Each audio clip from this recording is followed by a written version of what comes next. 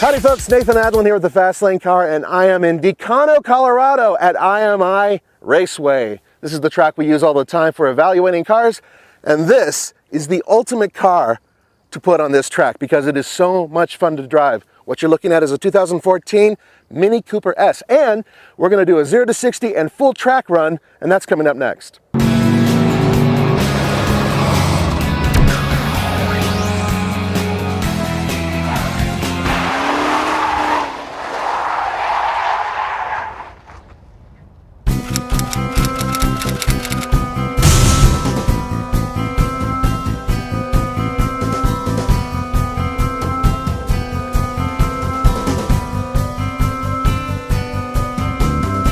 Minis are always cute and adorable, and some of them are getting a little bulbous, but with the regular base model Mini, the Cooper, well, they've kept most things really tidy and fairly small. With that being said, almost every dimension is larger. The wheelbase is larger by over an inch, it's over an inch higher, it's wider, altogether a larger car and a slightly heavier car. With all that put aside, there is one thing that really stands out with me at least, and that's these. See this little little LED section right there? It makes the eyes look like fish eyes, and that to me kind of takes away from the cuteness of it. No big deal, it's just something that I think they kind of went the wrong direction with. And you know why? Because at an angle, it looks a lot like the Fiat 500L's headlights, and that's a problem.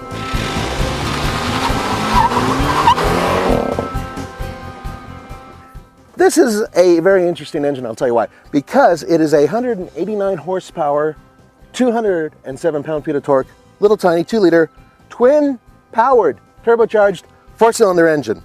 And it's hooked up to a 6-speed automatic transmission going to the front wheels. But here's the cool part. Those components, none of them were built in the same country. Would you believe the transmission was actually built in Japan? It is truly an international car. Give it some juice, and boom! Yeah, the tires are tearing away.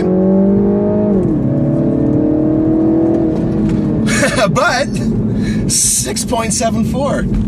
Now remember, for those of you who are screaming and yelling after reading your various magazines that is slower than what various magazines say and what it says at the Mini USA website, you're right. That's because we're over a mile above sea level, and the turbocharger only compensates for a certain amount of horsepower that's lost at high altitude.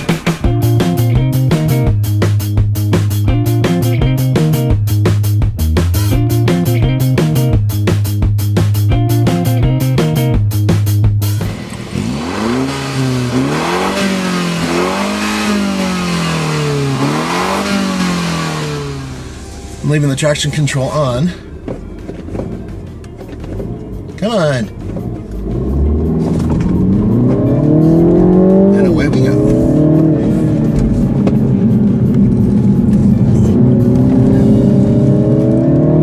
I'm letting the transmission and the traction control do all the work. I'm just going to try to push it kind of hard. Come on, baby. There you go. What a fun car. You know, I'm not a big fan of automatic transmissions. You guys all know that. Even less of a fan of CVTs. But in this car, this is probably one of the best transmissions I've ever sampled in a front-wheel drive car. When I mean best transmissions, I of course mean best automatic transmissions. Come on, baby.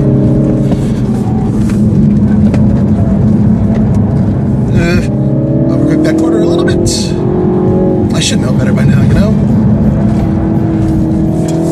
This car is still so forgiving, despite my horrible driving.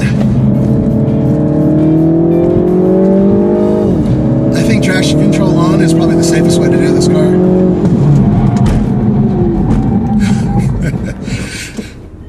Good brakes, I was going about 70.